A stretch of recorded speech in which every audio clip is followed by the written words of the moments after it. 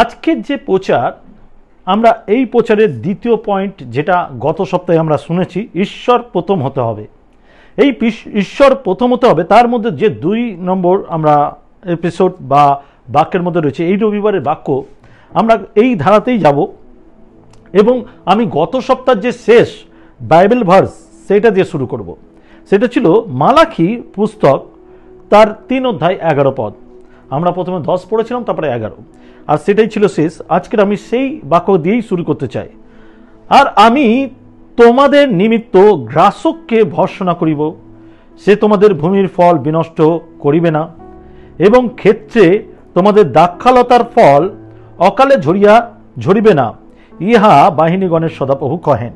আমরা জানি, আমি যে বিষয়গুলো আপনাদের কাছে তুলে ধরেছিলাম তার মধ্যে এই শেষ বাক্য যেটা ছিল যে কোনোভাবে কোনো গ্রাসক, কোনো রকম সেই পোকামাকড় আপনার সমস্ত চাষবাসকে নষ্ট করবে না। ঠিক সেইভাবে যখন আমরা চাকরিজীবী বা বিজনেস ক্ষেত্রে রয়েছি, আমাদের পয়সা কোনোভাবে বাহ্যিকভাবে উড়ে যাবে না, কারণ ঈশ্বর সেটাকে প্রোটেক্ট করে যখন আমরা দশমাংশ দানকারী বা বিশ্বাসী হয়ে পারফেক্ট দান দিই। আজকে যেটা শুরু করব 6 পয়েন্ট থেকে, 6, 7, 8 এবং 9 পর্যন্ত আমার কাছে পয়েন্ট আছে। তো আজকে 6 নম্বর পয়েন্ট থেকে আমরা শুরু করি। আমি কেন কন্টিনিউ রাখছি, যাতে পরবর্তীকালে আপনারা ইউটিউব চ্যানেলে গিয়ে সেইগুলোকে কমপ্লিটলি দেখতে পারেন। আজকের প্রচারের উদ্দেশ্য বা একই বিষয় রয়েছে, আমরা ঈশ্বরকে প্রথম রাখা বা ঈশ্বর আমাদের সর্বশ্রেষ্ঠ হওয়া উচিত। তো তার যে শিরোনাম আমি শুরু করি, আমাদের দশমাংশ প্রমাণ করে আমরা ঈশ্বরের দাস নয়, আমাদের দশমাংশ প্রমাণ করে আমরা ঈশ্বরের দাস, মালিক নয়। আমরা অনেক সময় ঈশ্বরকে ছোট করি। ঈশ্বরকে যখন আমি আমার দশমাংশ দিই, মনে করি ঈশ্বর আমার থেকে ছোট, আমার থেকে নিচু। কিন্তু আসলে দশমাংশ দান, আমি ঈশ্বরের দাস, আমার কার্য এটা দেবা। ঈশ্বর আমার মালিক, আমি ঈশ্বরের মালিক নয়। যদি দেখি আদি পুস্তক তার 2 অধ্যায় 15 থেকে 17, সেখানে আদমের বিষয় উল্লেখ করা আছে এবং আদমকে যে দায়িত্ব দিয়েছিল সেই বিষয়গুলো উল্লেখ করা আছে। তো আমরা সেই বিষয়টাকে দেখব মেনলি। পরে সদাপ্রভু ঈশ্বর আদমকে লইয়া এদেন উদ্যানে কৃষিকর্ম ও রক্ষাক্ষেত্রে তথায় রাখিলেন। আর সদাপ্রভু ঈশ্বর আদমকে এই আজ্ঞা দিলেন, তুমি এই উদ্যানের সমস্ত বৃক্ষের ফল স্বচ্ছন্দে ভোজন করিও, কিন্তু সৎ জ্ঞানদায়ক যে বৃক্ষ তাহার ফল ভোজন করিও না, কেননা যে দিন তাহার ফল খাইবে সেই দিন মরিবে। আমেন। এখানে ঈশ্বর আদমকে সৃষ্টি করেছে, ঈশ্বর সেই অথরিটি দিয়েছে, ঈশ্বর সেই জায়গা দিয়েছে যেখানে আদম সেফলি থাকতে পারে। ঈশ্বর কিন্তু তার সমস্ত দেখাশোনা করেছে, ঈশ্বর তার সমস্ত প্রয়োজনীয় বিষয়গুলো বুঝেছে, ঈশ্বর তার সমস্ত বিষয়গুলোকে দেখেছে এবং ঈশ্বর তাকে গাইড করছে কিভাবে তুমি মরবে না। তুমি সেই জ্ঞানদায়ক বৃক্ষ খেলে তুমি মরবে না, বা তুমি জ্ঞানদায়ক বৃক্ষ খেলে তুমি মরবে, কিন্তু জ্ঞানদায়ক বৃক্ষ থেকে দূরে থাকতে বলছে। কারণ আজ যখন আমাদের জ্ঞান আছে, তখন আমরা সেই জ্ঞান দ্বারা কি করি, আমাদের জীবন কোন ধারায় চলছে। আমাদের বুদ্ধিতে যখন চলি আমরা সর্বসময় বিপদে পড়ি, কিন্তু ঈশ্বরীয় জ্ঞান আমাদেরকে পবিত্র করে, সূচি করে এবং তার সত্য পথে চলতে সাহায্য করে। তো আজ আমরা দেখতে পাই, যদি আমরা বিশ্বস্ত ঈশ্বরের দাস হই, তাহলে কিন্তু ঈশ্বর আমাদেরকে যত্ন করে এবং ঈশ্বর আমাদের সুরক্ষার ভার নেয়। ঈশ্বর এমন আমাদের লাইফ ইন্স্যুরেন্স যেটা কখনো শেষ হয় না, কখনো রেনু করতে হয় না। তাই ঈশ্বরে বিশ্বস্ততা, ঈশ্বরের উপরে নির্ভর করা আমাদের জীবনের জন্য খুব প্রয়োজন। 7 নম্বর পয়েন্ট, দশমাংশ এক পরীক্ষা। দশমাংশ দেওয়া কিন্তু এত সহজ নয়। প্রত্যেক বিশ্বাসীর জন্য প্রত্যেক মাসের এটা চ্যালেঞ্জ। শয়তান প্রতিনিয়ত শয়তান চেষ্টা করেন যাতে আমরা দশমাংশ দানকারী না হই। আমাদের জীবনে নানা রকম বাধার পাহাড়ের যে পিকচার, আমি যেটা বলছি ভালো করে শুনবেন, পাহাড় নিয়ে আসে না, পাহাড়ের পিকচার আনে, প্রবলেমের পিকচার আনে, কষ্টের পিকচার আনে, অর্থ সমস্যার পিকচার আনে, সে শুধু দেখায় পিকচার, রিয়েলিটি কিন্তু তা নয়। আপনি যখন বিশ্বস্তভাবে দশমাংশ দানকারী হন, আপনি যখন বিশ্বস্তভাবে ঈশ্বরের দান দশমাংশ দেন, তখন আপনার সামনে শয়তান যা কিছু পরিবেশন করে সেইগুলো আপনার কাছে আর কখনো টিকতে পারে না। ঈশ্বর সেইগুলো সমাধান করে, আর শয়তান সেইগুলোর দ্বারা আমাদেরকে পরীক্ষা নেয়। কন্টিনিউ আমাদের জীবনে পরীক্ষা আছে। দেখবেন অনেকেই দশমাংশ দানকারী হওয়ার সত্ত্বেও একটা না একটা সময় গিয়ে মিস করে, দশমাংশ দেওয়া অফ করে দেয়। আর এটাই শয়তান চায়। শয়তানের মেন টার্গেট আপনি দশমাংশ দেওয়া বন্ধ করুন, কারণ শয়তান যতক্ষণ আপনার দশমাংশ বন্ধ করতে পারছে ততক্ষণ আপনার জীবনের সমস্যাকে তুলে ধরতে পারছে না। তাই দশমাংশ দানকারী একজন পরীক্ষা যোদ্ধা। যদি দেখি মথি 6 অধ্যায় তার 21 পদ, সেখানে বলছে, কারণ যেখানে তোমার ধন সেখানে তোমার মন থাকিবে। আর এটা নিয়ে আমি খুব সুন্দর বুঝিয়েছিলাম এর আগেও আমাদের চার্চে, যে আমরা যখন কোনো খারাপ কাজে, কোনো খারাপভাবে অর্থকে সমর্পণ করি বা ব্যবহার করি, আমাদের সন্তানরা কিন্তু সেই একই জিনিসে, একই পথে চলে। আমাদের বংশ সেই পাপের দিকে চলে, বিনাশের দিকে চলে। কিন্তু যখন পয়সাকে আমরা পারফেক্টলি ইউজ করি, পবিত্রতার সঙ্গে ইউজ করি, সেটা আমাদের জন্য আশীর্বাদের কারণ হয়। তাই আপনার ধন, আপনার অর্থ এমন জায়গায় লাগান যেটা আশীর্বাদের, যাতে আপনার বংশগত আশীর্বাদ পড়ে। আর এখানে তাই বলছে, কারণ যেখানে তোমার ধন সেখানে তোমার মন। যখন আপনার অর্থ মণ্ডলীর জন্য লাগে, যখন আপনার অর্থ ঈশ্বরের কাজে ব্যবহার হয়, তখন আপনার হৃদয় ঈশ্বরের প্রতি থাকে, আর আপনি ধার্মিক হয়ে ওঠেন, আর আপনার জীবন পাপ থেকে উদ্ধার পায়। আরো যদি পয়েন্ট দেখি, মথি তার 23 অধ্যায় 23 পদ, মথি লিখিত সুসমাচার তার 23 অধ্যায় 23 পদ, সেখানে বলছে, হ্যাঁ অধ্যাপক ও ফরিসীগণ, কপটিরা, ধিক তোমাদিওকে, কারণ তোমরা পুদিনা, মরি ও জিরার দশমাংশ দিয়া থাকো, আর ব্যবসার মাধ্যমে গুরুতর বিষয় ন্যায় বিচার, দয়া ও বিশ্বাস পরিত্যাগ করিয়া থাকো। কিন্তু এই সকল পালন না করা এবং এই সকল পরিত্যাগ না করা তোমাদের উচিত ছিল। একটা বিষয় বুঝে রাখুন, শুধুমাত্র আপনি ওই নিয়ম করে দশমাংশ দান দেবা, অর্থ দেবা, শুধু তাই নয়, আপনার জীবনে কিন্তু ব্লেসিং আপনার সততার সঙ্গেও আসে। তাই একটা জিনিসকে বোঝায় রাখবেন না, আপনার জীবনে যেন পারফেক্টলি ঈশ্বরের আদেশকে পালন করার উদ্যোগ থাকে। আপনি যেন ঈশ্বরকে সন্তুষ্ট করতে পারেন, কারণ মানুষকে সন্তুষ্ট করলে মানুষ ত্যাগ করে, ঈশ্বর কখনো ত্যাগ করে না। 8 নম্বর পয়েন্ট, যিশু নিজে দশমাংশ নিশ্চিত করেছেন। আমরা যদি এখানে পড়ি 2 বংশাবলী তার 31 অধ্যায় 4 থেকে 10, 2 বংশাবলী 31 অধ্যায় 4 থেকে 10। আর যাজক লেবীয়গণ যেন সদাপ্রভুর ব্যবস্থায় বলবান থাকে, এই জন্য তিনি তাহাদের প্রাপ্য অংশ তাহাদেরকে দিতে জেরুসালেম নিবাসী লোকদিওকে আজ্ঞা করিলেন।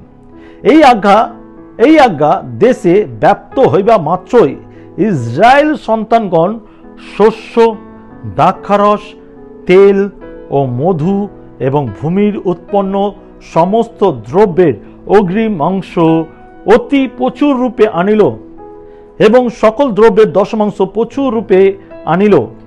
আর ইসরায়েল ও জিহুদার যে সন্তানগণ জিহুদিয়ার নগরের সময়ে বাস করিত, তারাও গো ও মেষ দশমাংশ এবং গো মেষের দশমাংশ এবং আপনাদের ঈশ্বর সদাপ্রভুর উদ্দেশ্যে পবিত্রকৃত পবিত্র দ্রব্যের দশমাংশ আনিয়া রাশি রাশি করিল। 3য় মাসে তাহারা সেই রাশি করিতে আরম্ভ করিয়া 7ম মাসে সমাপ্ত করিল। পরে হিজকিয় ও অধ্যক্ষগণ আসিয়া রাশি সকল দেখিয়া সদাপ্রভুর ও তাহার প্রজা ইসরায়েলের ধন্যবাদ করিলেন। আর হিজকিয় সেই সকল রাশির বিষয় যাজক দিওকে ও লেবীয় দিওকে জিজ্ঞাসা করিলেন। সদকের কুলজাত অসরীয় নামে প্রধান যাজক তাকে এই উত্তর দিলেন, যে অবধি লোকেরা সদাপ্রভুর গৃহে উপহার আনিতে আরম্ভ করিয়াছিল, সেই অবধি আমরা ভোজন করিয়াছি, আর যথেষ্ট বাঁচিয়া গিয়াছে। কেননা সদাপ্রভু আপন প্রজাদিওকে আশীর্বাদ করিয়াছেন, তাই এই বহুত দ্রব্য রাশি বাঁচিয়া গিয়াছে। হালেলুয়া।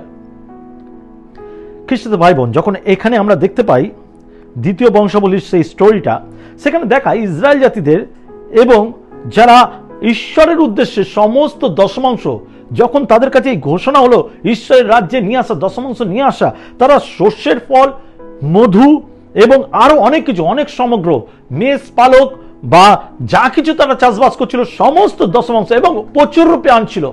এবং আনার দরুন তারা এত আশীর্বাদ যুক্ত হলো এবং উপছিয়ে পড়লো, দিন দিন বাড়তে রইল। আর যখন এই কথা বলি তখন আমার মনে পড়ে যায় কলগেট কোম্পানির কথা। কলগেট কোম্পানি আপনারা জানেন, আমরা যে কোনো টুথপেস্ট ইউজ করি, এই টুথপেস্ট আমরা ইউজ করার আগে আমাদের একটা সময়, আমি যখন ছোট থেকে বড় ছিলাম, আমরা টুথপেস্ট বলে কিছু জানতাম না, আমরা জানতাম কলগেট।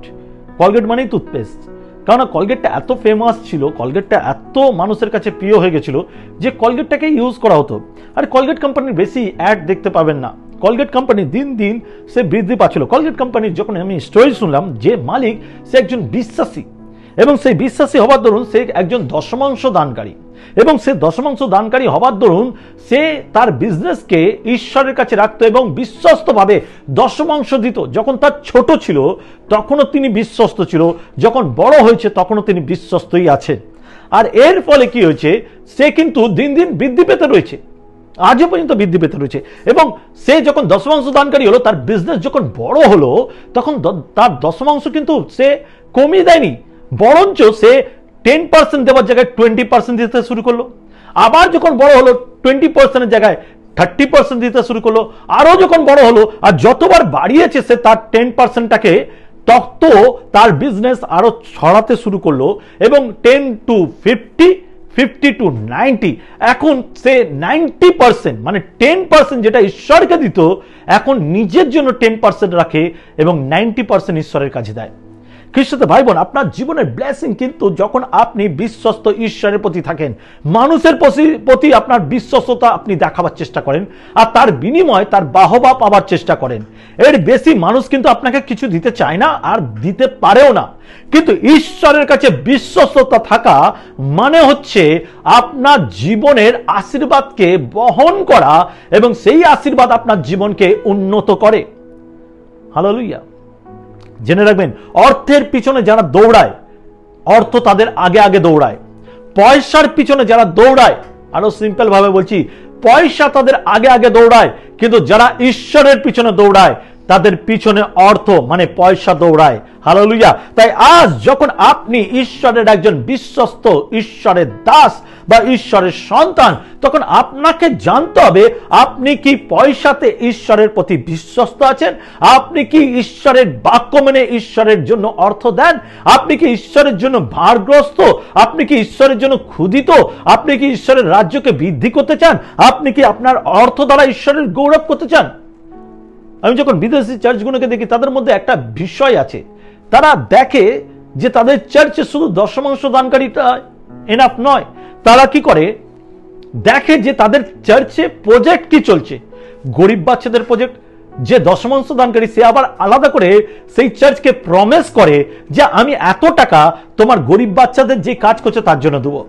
আচ্ছা, অন্য দেশে বা অন্য শহরে যদি সুসমাচার প্রচার করতে কেউ যায়, তার যে খরচা, সে আবার দশমাংশ দানকারী বাচ্চাদের জন্য দিচ্ছে, সে আবার জিজ্ঞাসা করে অন্য শহরে কেউ কি যাচ্ছে, তার জন্য আমি কিছু দিতে চাই। কারণ সে জানে আমি ঈশ্বরের জন্য যখন দিই, তখন ঈশ্বর আমার চাহিদা, আমার ইচ্ছা, আমার কল্পনাকে পূরণ করে। আর এটা আমি আমার লাইফে ব্যক্তিগতভাবে দেখেছি।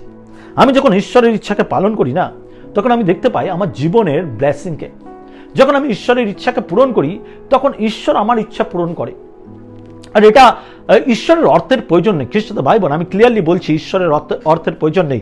ঈশ্বর নিজে চাইলে সবকিছু করতে পারে, কিন্তু আপনাকে যাচাই করতে চায়, আপনাকে দেখতে চায় আপনি ঈশ্বরের প্রতি বিশ্বস্ত, ঈশ্বরকে প্রথম রেখেছেন না অর্থকে প্রথম রেখেছেন। আপনার জীবনে কে মূল্যবান, অর্থ না ঈশ্বর? অনেকেই মনে মনে ভাবছে যে অর্থ তো অবশ্যই ইম্পর্টেন্ট। আমি আপনাকে একটা কথা বলি, যেই অর্থকে ইম্পর্টেন্ট বলছেন, সেই অর্থ কিন্তু আপনার জীবন বাঁচাতে পারে না, সেই অর্থ আপনার মৃত্যুর পর আপনার সঙ্গে যায় না, কিন্তু ঈশ্বর প্রতিনিয়ত আপনার সঙ্গে থাকে। যেই অর্থ আপনার জীবন বাঁচাতে পারে না, সেই অর্থ যেই ডক্টরকে দেন, যে হসপিটালে দেন, তারা বলে ঈশ্বরকে ডাকতে।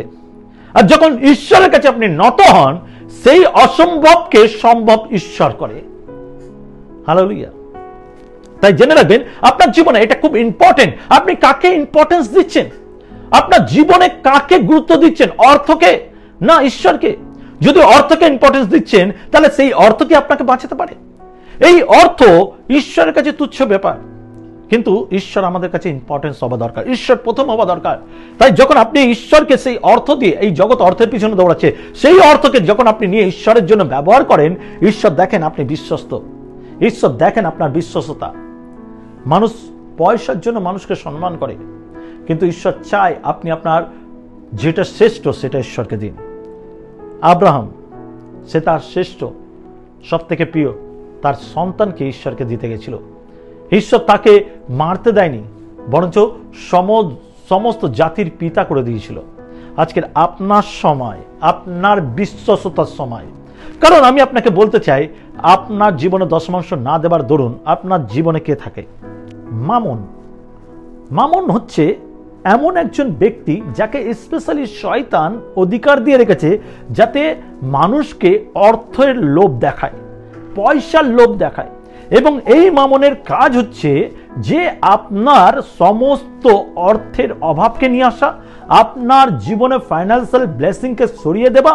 আপনি যেন প্রতিদিন অর্থের জন্য কাঁদেন, আপনার অর্থ কিভাবে বাজেভাবে উড়ে যায়, আপনার অর্থ কিভাবে খরচা হয়ে যায়, আপনি যাতে হিসাব না পান। আর দেখবেন যাদের ঘরে মামন, যাদের মানি ব্যাগে, ওয়ালেটে মামন থাকে, এইতে যারা মামন রাখে তাদের কিন্তু লাইফ, তাদের মানি ব্যাগ কখনো ভরা থাকে না, সে টাকা রাখবে আর শেষ। দেখুন অনেকের জীবনে আছে, আপনারা যারা শুনছেন মন দিয়ে শুনুন, আপনার ব্যাগে, আপনার মানি ব্যাগে অর্থ থাকতে চায় না, আপনার ঘরের লকারে আপনি অর্থ রাখতে পারেন না, আপনার জমানো টাকা শেষ হয়ে যায়। তার কারণ হচ্ছে আপনার ঘরের লকারে, আপনার মানি ব্যাগে, আপনার ফাইন্যান্সিয়াল বা ব্যাংকে মামনকে বস করিয়ে রেখেছেন আপনি। মামনের মেন উদ্দেশ্য হচ্ছে আপনার ফাইন্যান্সিয়ালকে নষ্ট করা। আর এই মামন সেই শয়তান যে অর্থের উপরে কাজ করে। আজকের আমি সেই বিষয় বোঝাবো। আপনি দশমাংশ না দেবার জন্য আপনি আপনার মানি ব্যাগে, এই ওয়ালেটে, আপনার পার্সে, আপনার ব্যাংকে, আপনার লকারে আপনি মামনকে রাখেন। আর সেই মামন আপনার অর্থকে বাজে কাজে ব্যবহার করে। আপনি অজান্তেই আপনি টাকা উড়িয়ে ফেলেন, আপনি টাকার হিসাব পান না। আপনি চিন্তা করেন মাসের শুরুতে যে আমি এত টাকা পেয়েছি, আমি শেষ করব।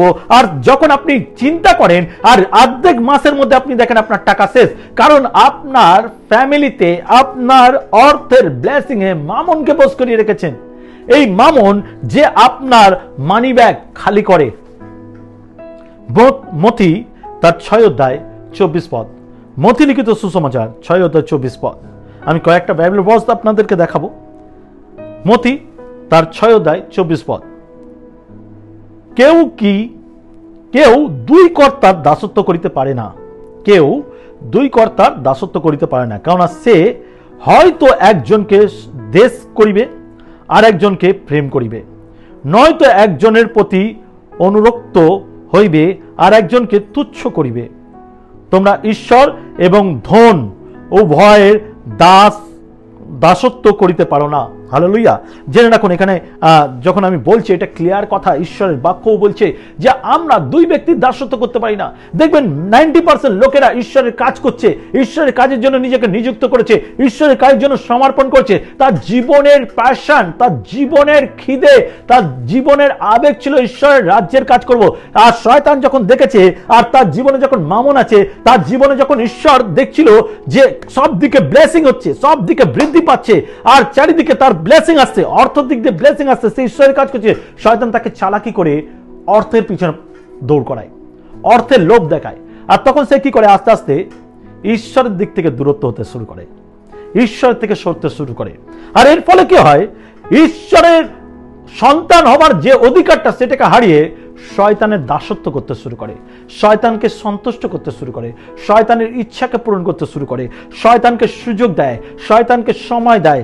আর আস্তে আস্তে দিন দিন তার গৃহে, তার পরিবারে, তার ওয়ালেটে, তার মানি ব্যাগে, তার পার্সে মামন প্রবেশ হয়। এবং একটা সময় আসে যখন তারা দেখতে পায় চারিদিক দিয়ে কামাচ্ছে, সবাই চাকরি করছে, সবাই পয়সা কামাচ্ছে, কিন্তু ঘরে পয়সা থাকে না, কারণ সেখানে মামন বসে, কারণ সে ধনের প্রতি আসক্ত, অর্থের দাসত্ব করে, ঈশ্বরের থেকে দূরে সরেছে।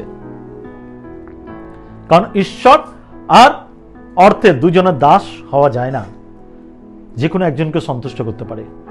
দেখবেন যাদের জীবনে মামন আছে তারা অর্থকে সন্তুষ্ট করার চেষ্টা করে, আর অর্থ তাদের জীবনে বিনাশ নিয়ে আসে, অর্থ তাদের জীবনে বিনাশ নিয়ে আসে।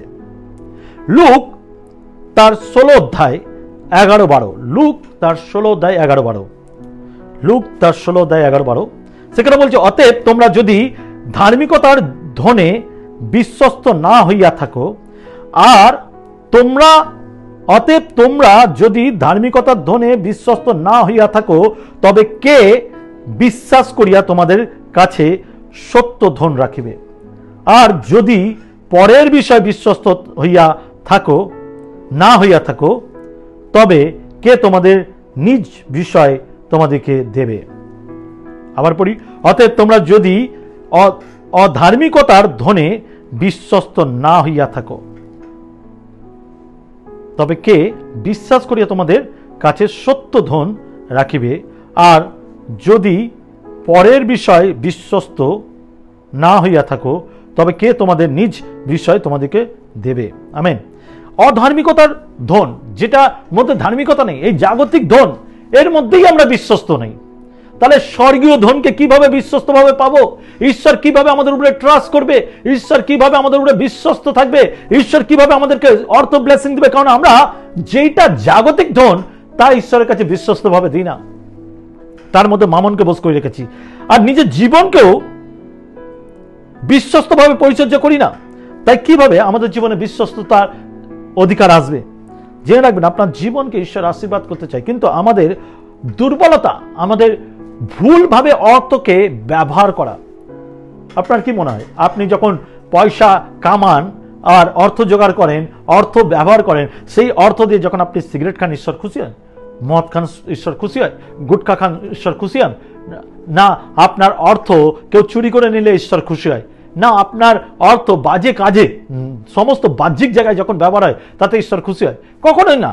ঈশ্বর খুশি হয় যখন আপনি আপনার অর্থকে ডিসিপ্লিনলি ভালোভাবে ইউজ করেন, সৎভাবে ইউজ করেন।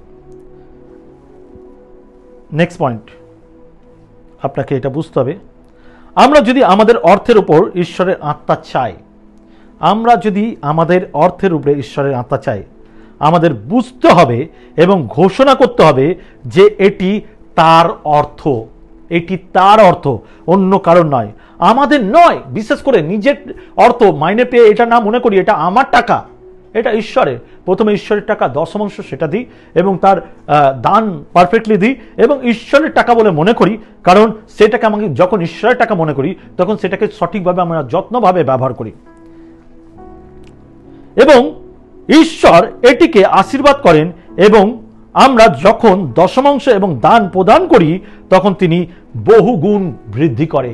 যখন আমরা দিই অবশিষ্টটা না, ঈশ্বর আশীর্বাদ করে। তাই আজ থেকে আমি আপনাকে উৎসাহিত করতে চাই, আপনি 10% দানকারী হন এবং দানকারী হন, কিন্তু 10% দান দেবার সময় আপনাকে একটা প্রার্থনা করার প্রয়োজন আছে। আমি আজকে আপনাকে সেই প্রার্থনাও দেখাতে চাই। আপনি 10% নিন এবং সমস্ত অর্থ নিন। 10% এক হাতে ধরুন, আপনার স্যালারি সব ধরুন। যদি কারোর অ্যাকাউন্টে আছে তাহলে আপনি সেই মোবাইল বা যা দিয়ে ট্রান্সফার করবেন, কার্ড, যা কিছু, সেটাকে ধরুন আর বলুন, প্রার্থনা করুন, আপনার জীবনে মামনের আত্মাকে ধমক দিন। সবার প্রথম আপনার জীবনে আপনি মামনের আত্মাকে ধমক দিন, যিশু নামে মামনের আত্মা দূর হোক। সেকেন্ড প্রার্থনার নিয়ম, আপনার 10% এবং অথবা দান আপনার হাতে নিন, প্রার্থনা করুন, ঈশ্বর এটি আপনার টাকা, আমি তোমাকে ফিরিয়ে দিতে চাই। আমেন। এটা আপনার টাকা, আমি আপনাকে ফিরিয়ে দিতে চাই।